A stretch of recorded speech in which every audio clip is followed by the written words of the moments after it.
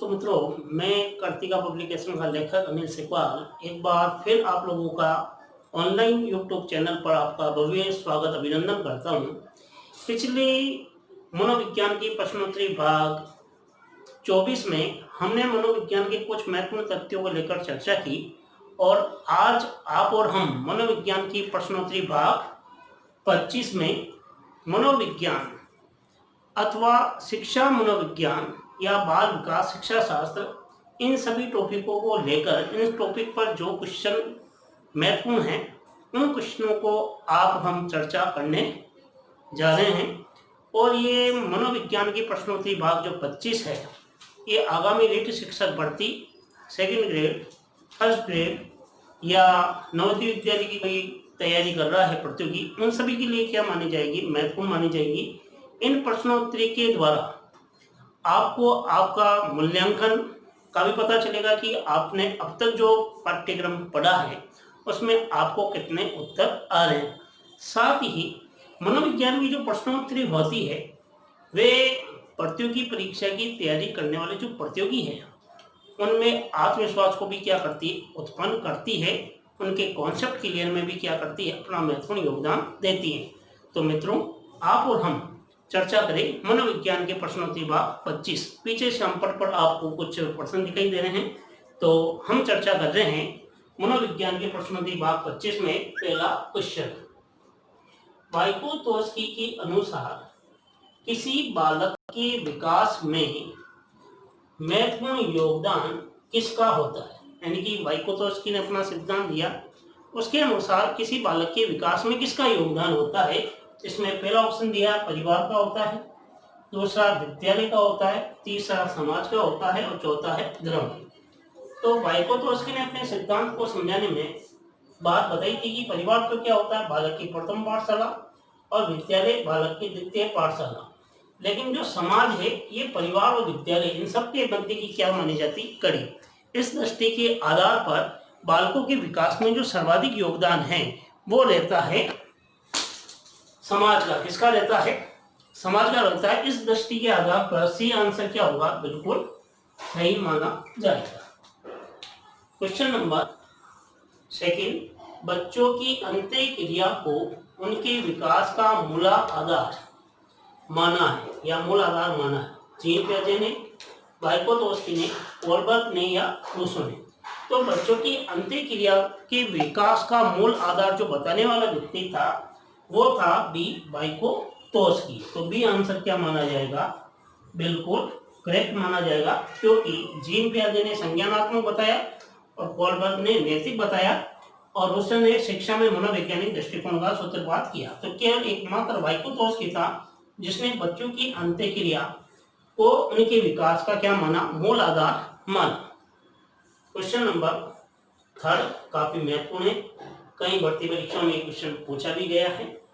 छिपी हुई वस्तु ढूंढ निकालना इस बात का संकेत है कि शिशु निम्नलिखित इनमें से किस संज्ञानात्मक कार्य में दक्षता प्राप्त करने लगा है। यदि कोई शिशु है, बच्चा है, वो कोई छिपी वस्तु को ढूंढ लेता है तो उस बच्चे में कौन सा संज्ञानात्मक विकास होता है। पहला ऑप्शन व्यवहार होता है, वस्तु स्थायित्व होता है, समस्या समाधान होता है या प्रयोग होता है।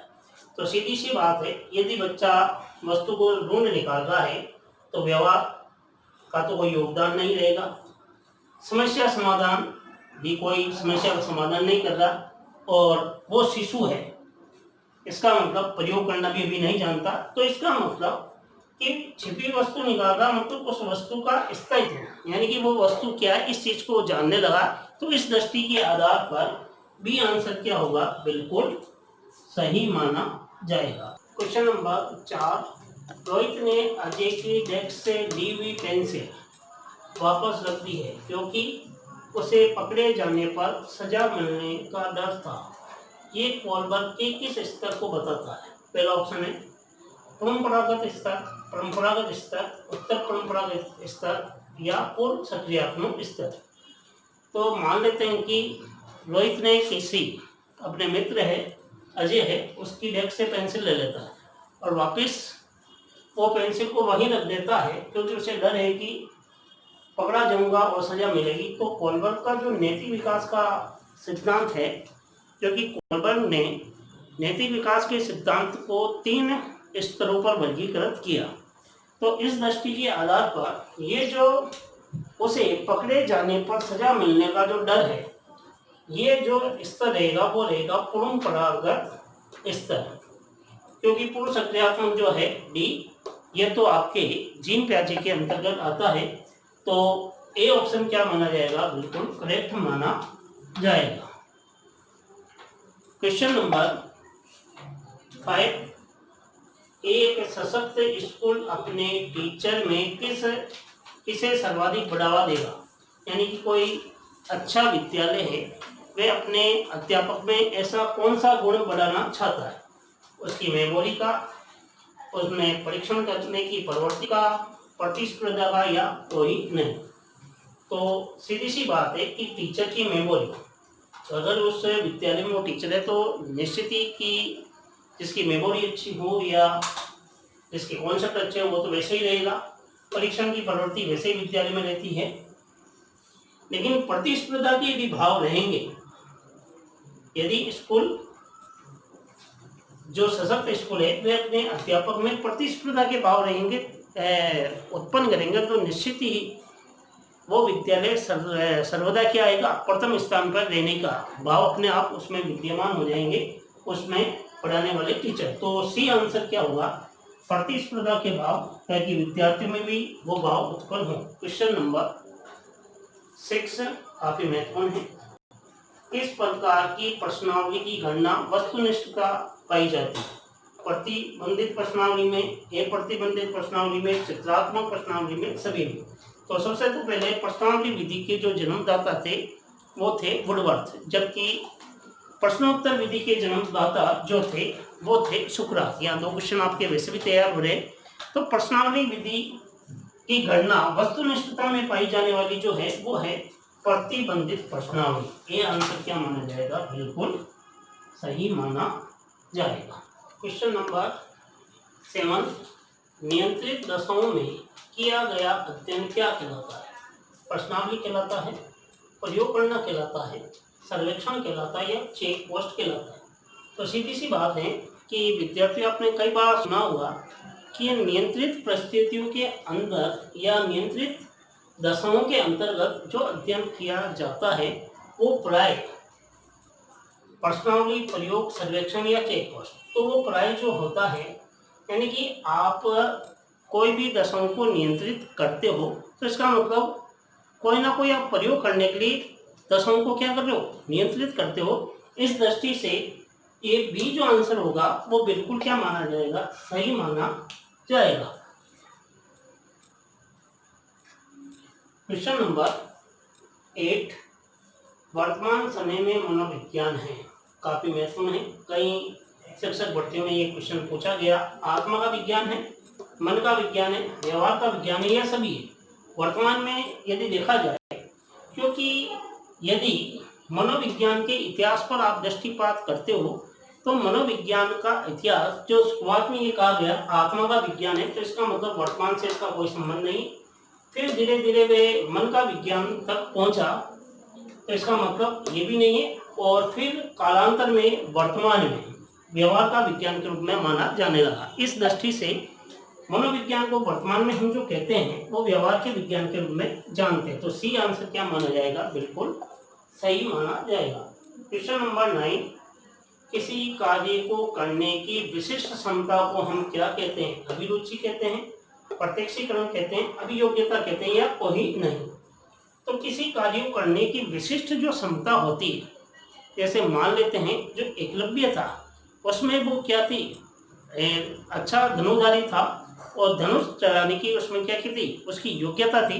कई बार आपने देखा होगा शादी समारोह में छोटे बच्चे, कई बार मान लेते किसी शादी समारोह में किसी ढोली को अपने किया, हो सकता है किसी कारणवश वो ढोल बजाने वाला आपके यहाँ नहीं आया, उसके बच्चे को भेज दिया, भतीजे को भेज दिया, तो वो भी क्या है, कई बार बहुत ज़बरदस्त बजाता है। तो अपन क्या कहते हैं, इतना सा छोटा सा बच्चा इतना ज़बरदस्त ढोल बजा रहा है, इसका मतलब वो उसकी क्या है, विशिष्ट योग्यता है। तो इस दृष्टि से यदि देखा जाए तो विशिष्ट योग्यता ही क्या कहलाती है, अभियोग्यता कहलाती है। तो सी आंसर क्या माना जाएगा, बिल्कुल करेक्ट माना जाएगा। क्वेश्चन नंबर 10, कौन सा अमूर्त स्थायी भाव है, निवास स्थान, क्रोध, पशु या आदर। निवास स्थान मूर्त है, क्रोध ये भी मूर्त माना जाता, पशु पक्षी भी क्या है, मूर्त है, क्योंकि हमारे सामने दिखाई देते, अमूर्त है नहीं। यदि आप आदर का भाव रखते हैं किसी के प्रति तो वो भाव क्या कहता है, आपके मन में वो आदर का भाव जो दिखाई नहीं देगा, इसका मतलब भी जो है वो क्या कहलाएगा, अमूर्त भाव कहलाएगा। क्वेश्चन नंबर 11 काफी इंपोर्टेंट है, प्याजे के द्वारा उपयुक्त ने किया गया नाम खोजे। यानी कि प्याजे ने कौन सा नाम अपने सिद्धांत में उल्लेखित नहीं किया। यहाँ पर क्या है, प्रश्नों को ध्यान से पढ़ना, नहीं किया है। आत्मीकरण है पहला ऑप्शन, दूसरा स्कीमा है, संगठन है और उदात्तीकरण। तो प्याजे ने अपने सिद्धांत को समझाने में यदि देखा जाए तो आत्मीकरण का उल्लेख किया, स्कीमा का भी उल्लेख किया और संगठन का भी उल्लेख किया। जो उदात्तीकरण है ये समायोजन की एक रक्षा युक्ति कहलाती है। तो डी आंसर क्या हो जाएगा, बिल्कुल सही माना जाएगा, क्योंकि ये रक्षा युक्ति है, ये प्याजे के सिद्धांत से इसका कोई संबंध नहीं है। क्वेश्चन नंबर 12 ये भी काफी इंपॉर्टेंट है, शिक्षा मनोविज्ञान नहीं है, अनुप्रयुक्त विज्ञान, व्यावहारिक विज्ञान, सामाजिक विज्ञान या आदर्श मूल विज्ञान। तो शिक्षा मनोविज्ञान एक तरह से अनुप्रयुक्त विज्ञान है, क्योंकि अप्लाइड शाखा है, व्यावहारिक विज्ञान भी है, सामाजिक क्षेत्र में भी इसका योगदान है। इसका मतलब आदर्श मूल विज्ञान इसे नहीं माना जाता। तो 12वीं का आंसर होगा डी, आदर्श मूल विज्ञान। क्वेश्चन नंबर 13, सेसव का स्कूल ऑफ इन्फेंसी के रचनाकार कौन है। पेस्टोलॉजी है, प्लेटो है, कोविनियस है या स्टर्नल हॉल है। तो स्कूल ऑफ इन्फेंसी या सेसव का स्कूल, इस पुस्तक को लिखने वाला यदि देखा जाए, पेस्टोलॉजी तो था नहीं, प्लेटो ने रिपब्लिक पुस्तक लिखी और स्टर्नल हॉल ने शेषावस्था के संदर्भ में ज्यादा व्यक्तियों का उल्लेख नहीं किया। एकमात्र जो कॉम्युनिस्ट था इसने स्कूल ऑफ इन्फेंसी पुस्तक लिखी, लेकिन ये पुस्तक केवल पूंजीपति वर्ग के बच्चों के लिए काफी महत्वपूर्ण थी। इसके कारण इन्होंने एक द्वितीय पुस्तक और भी लिखी थी कॉम्युनिस्ट ने, और उस पुस्तक का नाम था अरबिस पिक्टस। तो स्कूल ऑफ इन्फेंसी पुस्तक के जो रचनाकार थे वो सी आंसर होगा, कोमेनियस, बिल्कुल करेक्ट। कई बार ये क्वेश्चन पूछा हुआ भी है। क्वेश्चन नंबर 14, बालक के मस्तिष्क के संदर्भ में पॉली पार्टी का सिद्धांत किसने दिया। पॉली पार्टी का सिद्धांत देने वाला व्यक्ति कौन था। ऑप्शन है James Taylor, Ryburn, John Locke या हेडी रिपोर्ट। जेम्स टेलर ने मनोविज्ञान को व्यवहार का शुद्ध विज्ञान का, यह था नहीं। रायबर्न भी था नहीं। हेडी रिपोर्ट ने किशोरावस्था के लिए कहा, जब 11 या 12 वर्षीय आयु वर्ग वाले किशोर किशोरी में जवाब उठना शुरू होता है उसे किशोरावस्था कहते हैं, ये हेडी रिपोर्ट में उल्लेख है। लेकिन जॉन लॉक ने शिशु का मस्तिष्क को एक कागज के समान बताया है। इस आधार पर उन्होंने मस्तिष्क के संदर्भ में पूरी पार्टी के सिद्धांत का क्या क्या उल्लेख किया। तो सी आंसर क्या होगा, सही। क्वेश्चन नंबर 15 काफी इंपोर्टेंट है, फर्स्ट ग्रेड में पूछा गया। इकाई उपागम के प्रवर्तक कौन है। स्किनर है, मोरेनो है, मॉरिसन है या कोई नहीं। तो इकाई उपागम का उल्लेख देने वाला जो व्यक्ति था वो मॉरिसन था। सी आंसर क्या माना जाएगा, सही माना जाएगा। क्वेश्चन नंबर 16, शर्म और गर्व के भाव का विकास किस अवस्था में होता है। बच्चा कब शर्मिला और गर्वित होता है। शैशवावस्था में, बाल्यावस्था में, किशोरावस्था में, प्रौढ़ावस्था में। तो शर्मिली और गर्विली अवस्था बाल्यावस्था को कहा गया। तो बी आंसर क्या माना जाएगा, बिल्कुल सही माना जाएगा। तो मनोविज्ञान की प्रश्नोत्तरी भाग 25 के अंतर्गत आज हमने मनोविज्ञान के कुछ महत्वपूर्ण प्रश्नों की चर्चा की जो आप कैडेट शिक्षक भर्ती की जो भर्ती की तैयारी कर रहे हैं उनके लिए काफ़ी महत्वपूर्ण रहेंगे। यदि ये वीडियो आपको पसंद आए तो इस वीडियो को ज़्यादा से ज़्यादा आप क्या कीजिए, लाइक कीजिए। और जो पहली बार मेरा वीडियो देख रहा है तो मेरा ऑनलाइन यूट्यूब चैनल जो आपको दिखाई दे रहा है भाग्योदय अनिल सेखवाल, इसको सब्सक्राइब करना ना भूलें, क्योंकि मैं जब भी कोई नया वीडियो अपलोड करूं तो उसकी सूचना आप तक पहुंच जाए। और अगले वीडियो में हम और मनोविज्ञान के प्रश्नोत्तरी को लेकर हम चर्चा करेंगे, मनोविज्ञान के कुछ महत्वपूर्ण प्रश्न। तब तक आप अपना ख्याल रखिएगा, निरंतर अध्ययन कीजिए, क्योंकि कहा भी गया है कि जो क्रमशील होता है उसे सफलता 100% मिलती है, क्योंकि सफलता का जो हीरक रतन है वे परिश्रम रूपी फावड़े से निकाला जाता है। जय हिंद, जय भारत।